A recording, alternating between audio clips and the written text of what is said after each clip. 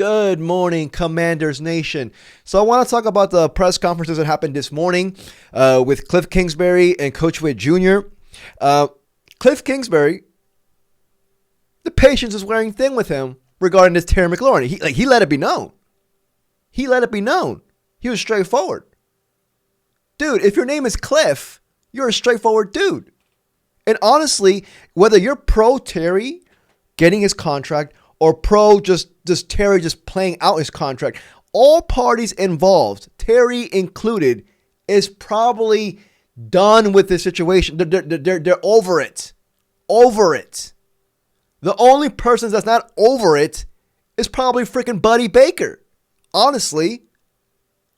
But Terry himself is probably over it. Every single person. But anyways, let's just get to the freaking video that Coach Cliff Kingsbury said today. But yeah, if you enjoyed this video, please like and subscribe. I would truly appreciate it. Let's listen to this shit, dude. Yeah, I think, not as much as we would if he was full go. There's no doubt. But I think, like I said, I'm huge on walkthroughs, on practice, things like that, because until you get on the grass and actually do it and feel the timing, feel the depths of routes and things of that nature, I don't know exactly how much you can get out of that. So I think we're kind of at that point to where we need to start getting those guys when they're available out there and gelling and seeing what we are as an offense. Yeah, I mean, basically talking about, overall, these are the times where you grow not even a bond, but like a chemistry with your teammates on the field. Granted, he already had a season with Jaden Daniels last year, but these times right now, they're imperative, man. This is when you grow a football team to make it a Super Bowl team. There's another clip right here that talked about with him. As much as we would if he was full. Wait, here you go. And then a ton of contact with him. He's been here, but he's been working with the trainers, So yeah, Cliff Kingsbury pretty much says that he hasn't had that much contact with Terry McLaurin. Obviously, he doesn't really.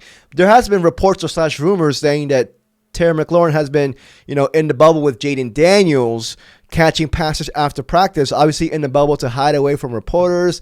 They don't want to make it a big deal. So Terry maybe I don't know. It's not set in stone yet, but maybe he's getting reps in. But hold on. Until he gets back on the grass, that's when we'll start building that back up. What can you do at that point to make sure it doesn't take long? Yeah, I think, that's one of those deals. It's just time on task, and luckily what they had last year to build a lot of rapport and chemistry. Yep. And Terry understands our system going into a year or two, so that should expedite the process. But to me, it's time on task together on the grass is really the only way that you can continue to build. Yeah, no, he's right.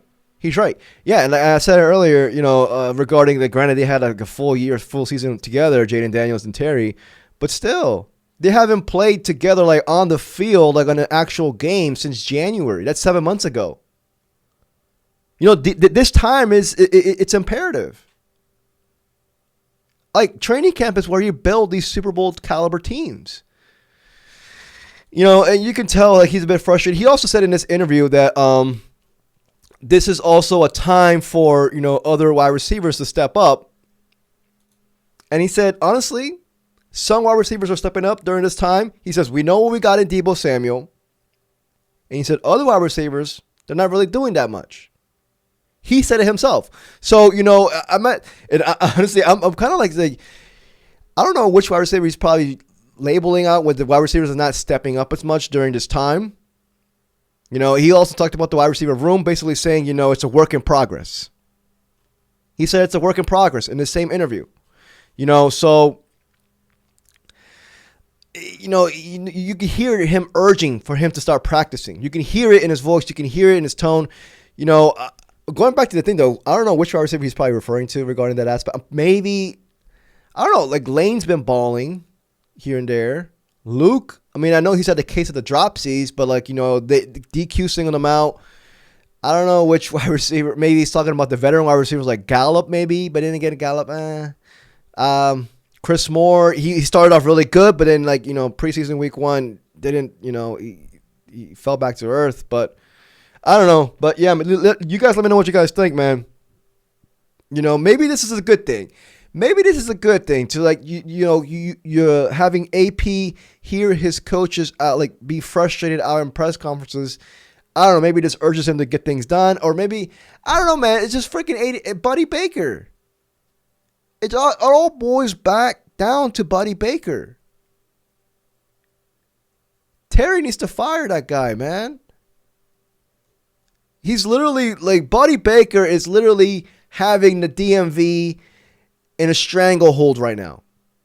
I'm gonna be straightforward. Every Commanders fan knows that this year is imperative. Like it's the first year we're actually considered Super Bowl contenders. A year in Jaden Daniels' rookie contract cannot go to waste. Anyway, I feel like I freaking say the same thing in every video. But anyways, let's move on to other positive stories. Because actually, Coach Witt Jr. went on live today, and he gave praise to a guy that we were all too familiar with. Like, this is a couple of dudes.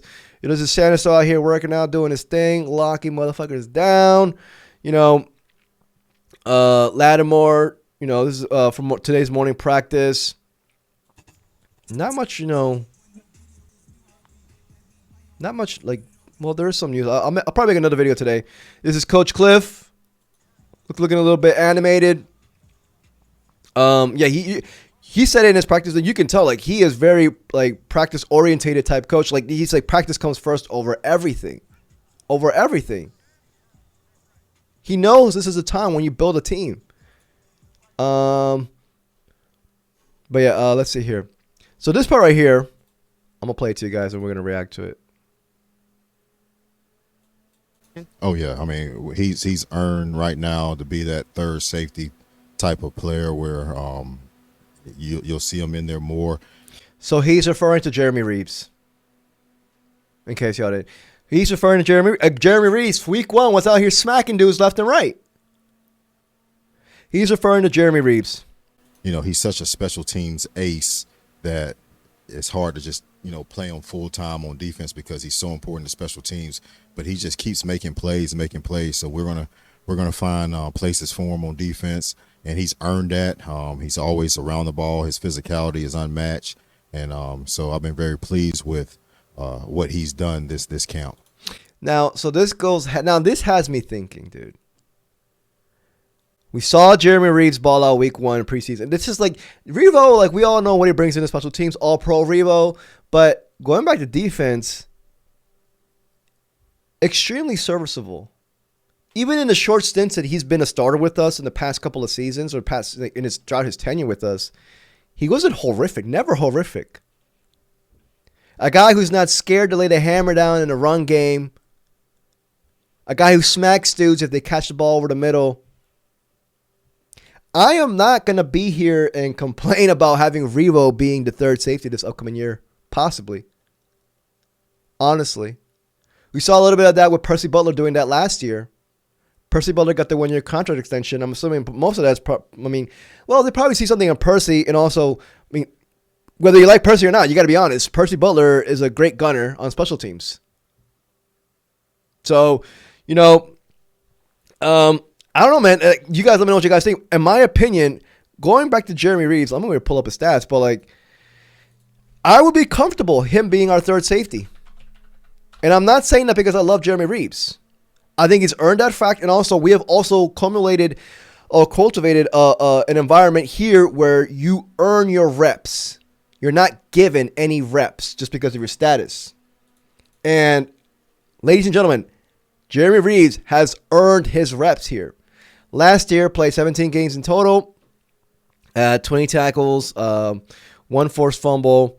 Obviously, most of that during special teams, but, you know, like 2022, that was a year he had a couple stints as a starter. 33 tackles, you know. Honestly, like, I am not mad at this whatsoever, man. Not mad at this possible idea. 28 years old, you know, he is not like, I remember like being as a Commanders fan, Redskins fans, whatever, like growing up, like he was always the fringe dude. Revo will be the guy, you know, will be like, oh, is he playing this week? Not even is he playing, is he even suiting up this week? Is he even making the team this week? The fact that he came here in 2019, worked his way up to where he is now. He is now the OG. He is one of the OGs in the locker room. He is not even in the locker room. He's one of the OGs in the NFL. There was practice clips where Patriots players from our joint practices with them, they were going up to Revo asking him for tips, obviously on special teams. I was watching that this morning. I was like, oh shit, like Revo is respected around the league. Hey man, 5'11", 200 pounds, 28 years old. He could be entering possibly like a new, not even a new era with us, but like, I don't know, man. Like I don't want to jinx it, but it's more of just like, we know what he has or he has to offer our special teams. Making him as a third safety. Now, are we gonna have many three safety packages? I mean, we did with Jack Del Rio with the Buffalo, but it's another thing. Hey man, I'm not mad at this whatsoever. If God forbid any injury happens to Quan Martin, I am not gonna lose sleep with Revo starting. I'm not. But yeah, man, let me know what you guys think. As always, if you enjoyed this video, please like and subscribe. I would truly appreciate it. I might drop another video later on today. I just woke up and I saw this news regarding Terry McLaurin, and I was just like, you know what? I gotta chop it up. But yeah, man, I'm not crying. But yeah, man, see y'all. Peace.